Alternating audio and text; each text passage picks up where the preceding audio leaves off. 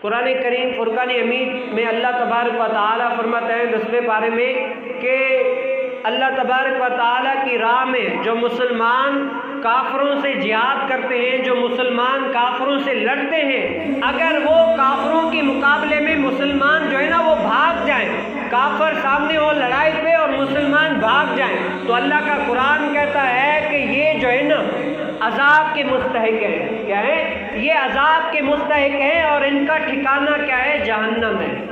جو کفار کے مقابلے میں لڑتا ہے اور اپنی پیٹھ دکھا کر بھاگ جاتا ہے تو قرآن کہتا ہے کہ یہ عذاب کے مستحق ہیں اور ان کا ٹھکانہ جہنم ہے۔ یہ تو پہلے کے لوگ ہیں، کفار سے جو مسلمان لڑتے تھے، لیکن آج جو سب سے زیادہ مسلمان جو شیطان سے ہماری جنگ ہے، کیا ہے؟ علماء، صوفیاء، صلحاء، صالحین کی جنگ کن سے ہے؟ شیطان سے۔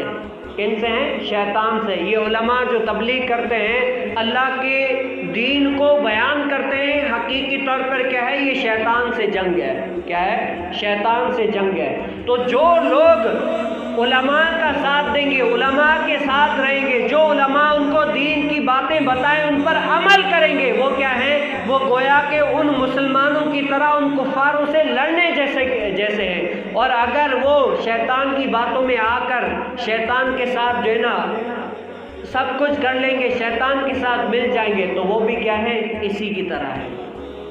آج ہم دیکھ لیں کہ ہم اللہ اور اس کے رسول کی طرف کتنا آتے ہیں۔